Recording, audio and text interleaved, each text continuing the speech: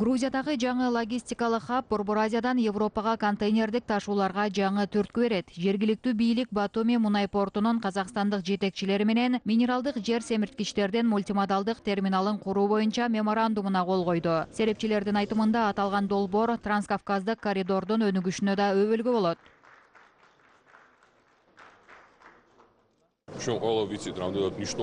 Грузия үчүн түз инвестицияларды тартуу канчалык деңгээлде маанилүү экенин билебиз. Америкалык түз инвестициялардын эң ирисинин бири. Борбор Азиядан келген ташуулар биздин темир жолдорубузга да жигердүүлүк берет. Жаңы минералдык жер семирткичтер терминалынын башкы милдети кумалак карбамидтерди сактоо жана ташуу. Бул Азербайжан жана Борбор Азия өлкөлөрүнөн Грузия аркылуу Европага өтө турган жаңы логистикалык транспорттук коридорду түзүүнү камтыйт. Карбамид в Европе используется даже как прикорм. Карбамид Европада азыктандыруу жана малга тоют катары колдонулат. Бул абсолюттук нормалдуу жер семирткич. Бул Батуми үчүн кепилдендирилген жүк. Белгилей кетсек, жаңы терминал Батуми портундагы жүк жүгүртүүсүн 200 000 тоннага чейин жогорулатат. Анын долбоордук кубаттуулугу жылына 1 200 000 тонна өнүмдү түзөт. Казакстандык автоунаа өндүрүшүнүн көлөмү 2018 жылы 2 эсеге өстү. Атамекендик заводдордун конвейерлеринен 32 000ден ашуун техника чыккан. Бүгүнкү күндө машиналардын бардыгынын 30%га жакыны жергиликтүү бөлүктөрдөн кураштырылганын белгилей кетүү керек. Кийинки жылы бул көрсөткүчтү 50%га жеткирүү көздөлүүдө. Чем выше локализация, тем стоимость она фиксируется. Жергиликтүү курам өскөн сайын теңгеге которгондогу унаанын баасы болушунча туруктуу болот. Здесь 12% автомобиля снизится. Казакстандык автоунааларга болгон суроо талап да өскөн. Өлкөдө жүргөн 5 унаанын 4-өө Казакстанда чыгарылган. Жалпы акыркы 3 жылдын ичинде Казакстанда чогултулган автомобилдердин жалпы көлөмү 17ден 49%га чейин өскөн. Атамекендик өнүмдөргө болгон суроо талаптын өсүшү өнүмдүн жогорку сапаты жана жеткиликтүүлүгүнө көз каранды. Акыркы шарттарда жеңилдетилген насыялоо да таасирин берип жатат. Банки второго уровня уже на основании этого выдали без малого 1700 кредитов на сумму, превышающую 8 миллиардов тенге. Экинчи деңгээлдеги банктар жалпы суммасы 8 миллиард теңгеден ашкан 1700 насыя берүүгө жетишкен. Бөлүнгөн каржынын өзү 8 миллиардтан ашып түштү. Бул программанын эффективдүүлүгүнөн кабар берет. Башкача айтканда, жарандардын насыяны кайтаруу көрсөткүчүнүн жогору экенин көрсөтөт. Жана ал каржы программаны каржылоого кайтып жатат. Гражданами, поступающие назад в банк, снова поступают на дальнейшее финансирование этой программы. Казакстандык автоунаа өндүрүш тармагы чет өлкөлүк инвесторлордун кызыгуусун жаратууда. Салынган каржы көлөмү да андан кабар берет. Алдыдагы 2 жылда атамекендик автомобиль өндүрүшүнө 1 миллиард доллардан ашуун каржы тартылат.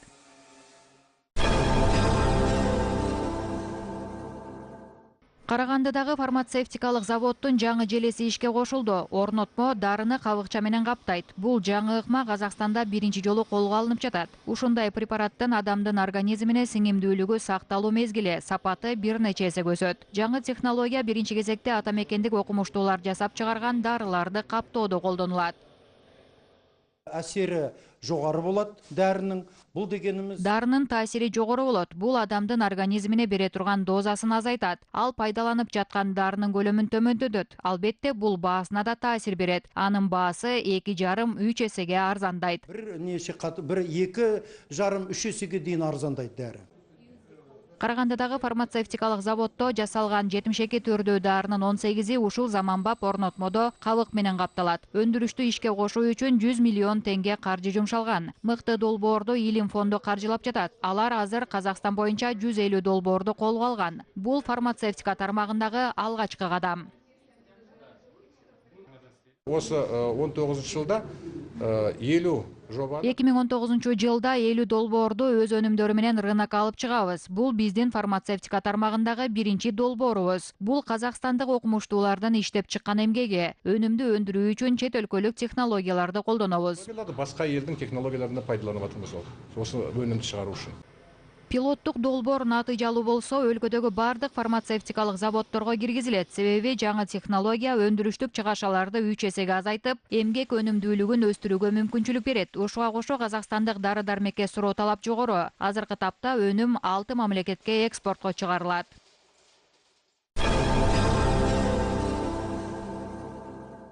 Түркистандагы эмерек фабрикасы тышкы рыноктарды өздөштүрүүнү мерчимдеп жатат. Азыркы тапта ишкана товарларын өлкөнүн бардык аймактарына жеткирет. Күн сайын бул жерде жүздөгөн ашкана гарнитуру, текчелер жана керебеттер жасалат. Азыр алар жалпы суммасы 2,5 миллиард теңгени чапчыган өнүмдү чыгарышкан. Белгилей кетсек, аталган фабрика 2 жыл мурда ишке кирген. Бул ишкана индустриалдык аймакта курулган жана жалпы аймагы 1 гектар. 87% сырья мы берем с России. 10-12% с Китая. Шикизаттын 87%-ын Орусиядан, 10-12%-ын Кытайдан, ал эми 3%-ын Семей, Павлодар жана Алматыдан алабыз. Бул таңгак үчүн картон жана жумшак эмерек үчүн поролондор. Биз Өзбекстан менен шикизатты экспорттоо боюнча келишим түздүк. Договор с Узбекистаном на экспорт пока сырья. Фабрикада эмерек үчүн шикизаттарды өздөрү иштетишет. Үстөлдөрдөгү оймо чиймелер да өздөрүнүн цехинде тартылат. Деваткан жумусу мына деталдын шетине жүйүп кумуга басамыз. Каптал бөлүктөрүн атайын ленталар менен каптайм. Милдеттүү түрдө ар бир үлгүнүн сапатын тыкыр көзөмөлдөйм. Олар жакшы жаппай ажыраса, аптасына басына жаптырам. Азыркы тапта Түркистандын индустриалдык аймагында 14 ишкана иштейт. Өткөн жылы алар 3,5 миллиард теңгеге өнүм чыгарышкан. Бұдан бөлек индустриалды аймақты дамытуу максатында 200 Шаар акиминин тапшырмасы менен индустриалдык аймакка 200 гектарды кошумча аймак бөлүндү. Бүгүнкү күндө бул жерге коммуникация жеткирүү максатында долбоордук сметалык документация иштелип жатат. Жаңы аймакта 5 ири долбоорду ишке ашыруу көздөлүүдө. Белгилей кетсек, Түркистан облусунун индустриалдык картасынын биринчи 5 жылдыгында 115 долбоор ишке кошулду. Ал эми экинчисинде 2015 жылдан 2019 жылга чейин жалпы баасы 1 триллион 2 миллиард теңгелик 135 долбоор ишке ашат.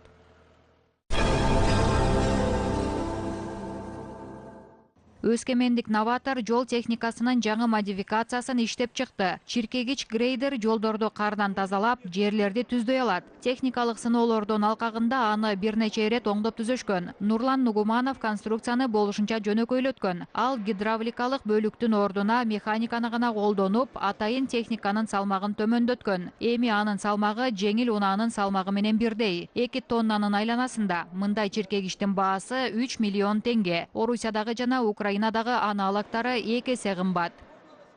Даже тяжелый автогрейдер не в состоянии. Керек болсо, оор автогрейдер кыла албаган нерсени ушул грейдер аткара алат. Ошондуктан бул жерде үнөмдөө талашсыз. Идея хорошая. Он может и снег чистить, и... Идея абдан сонун. Ал кар тазалай алат жана күрөгү айланып жерлерди түздөйт. Ал жөнөкөй, бирок ишенимдүү. И простейший, но надежный. Жаңы жол техниканын эффективдүүлүгүн Улуттук технологиялык өнүктүрүү агенттигинин серепчилери да баалашты. Бул стартапты ишке ашыруу үчүн Нурлан Нугуманов 6 миллион теңге өлчөмүндө грант алат. Для населенных пунктов с гравийным и грунтовым покрытием у нас... Облуста болжол менен 4,5 миң чакырым болгон шагыл жана топурак жолдор бар. Азыркы тапта алардын көбү автогрейдер ала алышпайт. Ошондуктан бул техника конуштар үчүн абдан өзөктүү болот деп айта алам. Сейчас очень актуально для применения для таких населенных пунктов. Бүгүнкү күндө Казакстандык ойлоп табуучу чиркеме автогрейдерлерди көп санда чыгарууну жолго салып, автожолдук уюмдардан тапшырыктарды алууга даяр.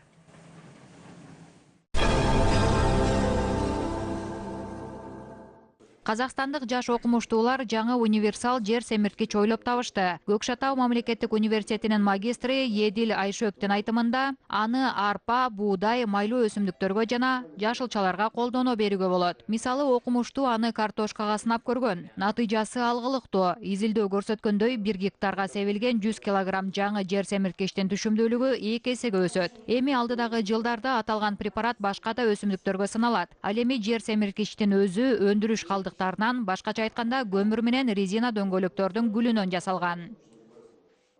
Данный проект, он конкурентоспособный в будущем. Бул долбоор атаандаштыкка туруктуу. Азыркы тапта бир нече чарбачылык менен келишим шарттар түзүлдү. Башкача айтканда, жаңы жер семирткич жакында өндүрүшкө киргизилет. Келечекте ушул өнүмдү көп көлөмдө чыгара ала турган завод салуу керек. Завод, потому что будет производиться конкретное сырье, это удобрение. Плодородие земель падает, удобрения. Азыр жердин кунары кетип жатат. Зыянсыз жер семирткичтер болсо жеткиликсиз. Кымбат препараттарды чарбачылыктардын баары сатып ала албайт. Ал эми бул семирткичтин өздүк баасы өтө арзан болот. Чийки заттан таңсыктык жок. Как бы на основе отходов зоошлака у нас предостаточно.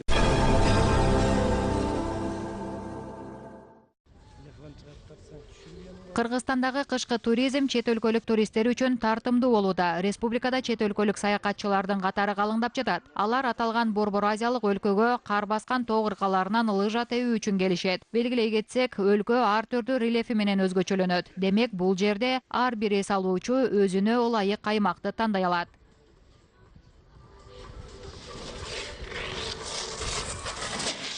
Көптөгөн тоо лыжа базалары ар түрдүү трассаларды жана жогорку деңгээлдеги кызмат көрсөтүүлөрдү сунуштап жатышат. Келген коноктор өздөрүн ыңгайлуу сезүүсү үчүн котормочунун кызматы да каралган. Мы стараемся делать все, чтобы здесь максимум доставить. Биз эс алуучулар болушунча рахаттанып эс алып кетиши үчүн бардык күч аракеттерди жумшап жатабыз. Бизде эс алуучулар үчүн бардык кызматтар бар. Биринчиден бизде кар мол жана ар түрдүү трассалар бар. Азыркы тапта туризмди өнүктүрүү боюнча мамлекеттик программа иштеп келет. Мамлекет ар дайым колдоо көрсөтөт. Кыргызстандын меймандостугу жана аймактын көз жоосун алган кооздугу Швейцариядан келген туристтерди да багындыра алды. Келер замат абанын тазалыгына ынандым. Трассаларда абдан мыкты. Кыргызстанга келгеним үчүн кыпындай да өкүнгөн жокмун. Кыргызстанда кышкы туризм түрүнүн келечеги абдан жогору. Аны өнүктүрүү үчүн өлкөдө көптөгөн иш аракеттер жүзөгө ашырылып, адистештирилген программалар иштелип чыгууда. Ну, зимний туризм, как вы знаете, он состоит из... Өзүңүздөр билгендей эле Кыргызстандагы туризм бир нече курамдык бөлүктөн турат. Өлкөдөгү кышкы туризм лыжа жана сноуборд тебүү менен чектелбейт. Фрирайдинг деп аталган түрү да бар. Бул тоодон эркин түшүү, хелскен, тик учактан секирүү же бийиктиктен түшүү. Бир нече экстремалдык спорттун түрлөрү бар. Со склона тоже, очень разные виды, да, экстремальные виды спорта. Эскерте кетсек, 2018-жылы Кыргызстанга 5 миллиондон ашуун турист келип кеткен.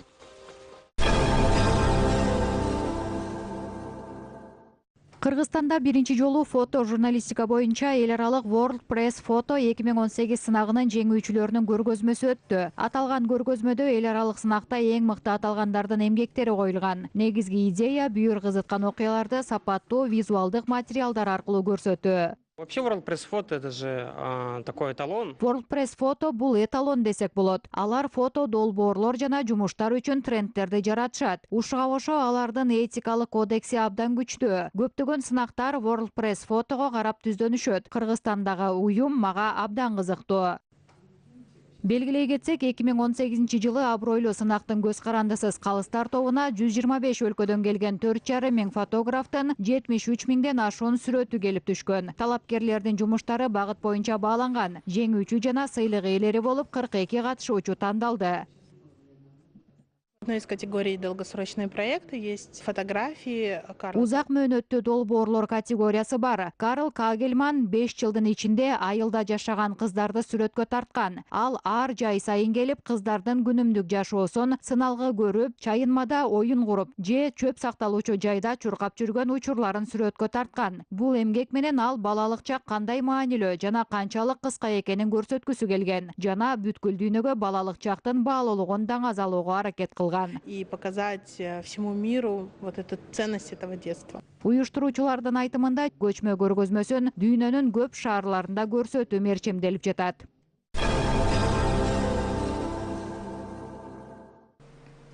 Өлкөнүн маанилүү документтеринин түп нускалары жарлыктар, мыйзамдар, көрүнүктүү адамдардын жеке иштери. Ушул жана башка маанилүү документтер Казакстан президентинин архивинде сакталат. Өзүнө көп маалыматты камтыган жай өзүнүн чейрек кылымын белгилеп жатат. Ал 1994-жылы өлкө башчысынын жарлыгы менен түзүлгөн. За этот период общий архивный фонд составляет почти... Ушул мезгил аралыгындагы жалпы архивдик фонд 810 миң бирдикти түзөт. Архивдик фонддо жалаң түп нускалары сакталат. Уникалдуу документтер ар дайым илимий жүгүртүүдө, бардыгы санариптештирүүнүн жемиши. Ал баалуу документтердин өмүрүн узартат жана бардык керектөөчүлөр үчүн аларды электрондук форматта жеткиликтүү кылат. Документтердин түп нускаларына жыл сайын 400 изилдөөчү кайрылат. Алардын катарында чет өлкөлүк окумуштуулар да жок эмес.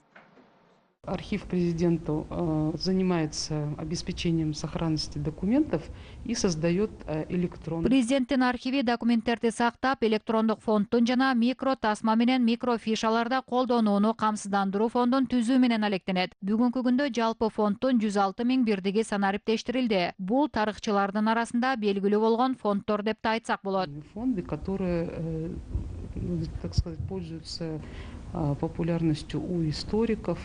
Бул жерде ар бир документке аяр мамиле кылынат. Мунун чаңын сордуруп, барактарды кайрадан ордуна тигишет жана белгилүү нымдуулук, температурадагы атайын текчелерде сакташат. Документтер жараксыз болуп калуусуна жол бербөө керек. Анткени бир документте адамдын тагдыры жана бүтүн тарыхы камтылат.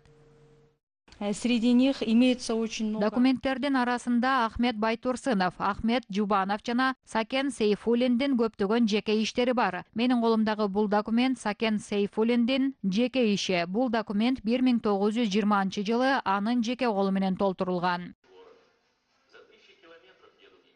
Бул жерден 100 жыл мурда Алматы кандай болгонун билсе болот. Бардык статистика ошол мезгилдеги экономикалык паспортто көрсөтүлгөн. Ал эми 20-30 жылдардагы документтер аркылуу казак алфавити латын графикасында кандай өнүккөнүн көрүүгө болот. Горький, Гоголь, Толстой, керек болсо француз гуманисти Раблейнин чыгармаларын латын графикасы менен окушкан. Ачкачылык, целина, депортация. Казакстандагы биринчи масштабтуу элдик чарба көргөзмөсү жана анын Экспо 2017-ге карай жолу. Борборду Акмолага көчүрүү боюнча президенттин 15 жарлыгы жана 100 миңдеген уникалдуу документтер. Булардын баары өлкөнүн кыйын, бирок кызыктуу жана жаркын тарыхынын жазуулары.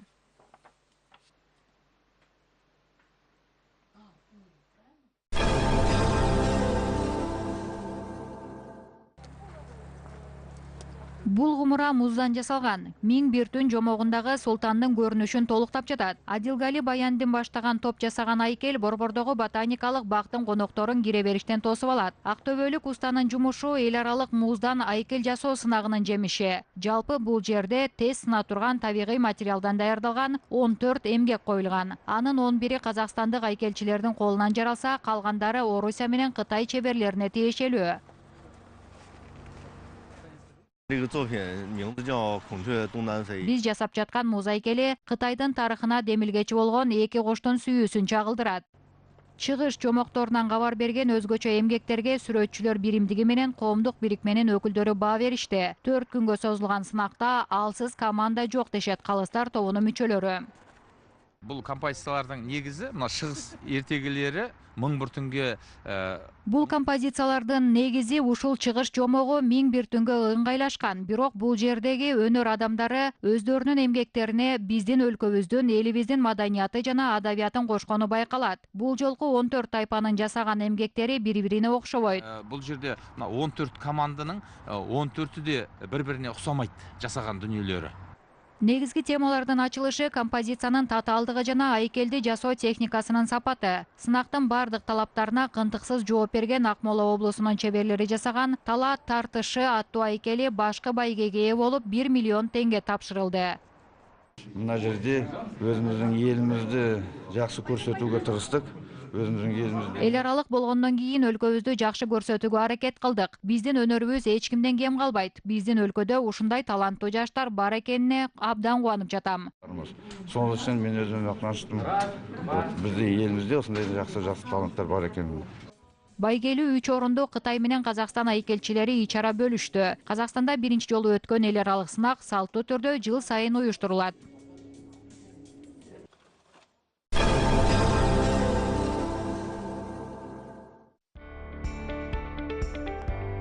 Казак ТВ көп каналдуу кабар таратуу системасын биринчи болуп ишке кошкон Атамекендик жана Борбор Азиядагы жалгыз телеканал. Казак, орус, англис, кыргыз жана өзбек тилдериндеги кабарлар көрүүчүлөр үчүн күнү түнү жеткиликтүү. Санариптик телеканалдын абоненттери керектүү тилди өздөрү тандай алышат. Бул үчүн пульттун жардамы менен үн жолун күүгө келтирүү жеткиликтүү. Ал үчүн меню баскычын басып, аудио бөлүмүнө кирип 5 тилдин бирин тандоо керек. Эскерте кетсек, Казак ТВ телеканалы дүйнөнүн 100дөн ашуун мамлекетинде кабар таратат. Бул катарга Түндүк жана Борбордук Америка, Батыш жана Чыгыш Европа, Австралия жана Океания, Түндүк Африка, Жакынкы Чыгыш, Азия жана Түштүк Кавказ өлкөлөрү кирерин белгилей кетүү зарыл. Телеканалдын жалпы аудиториясы 300 миллион көрүүчүгө жетет.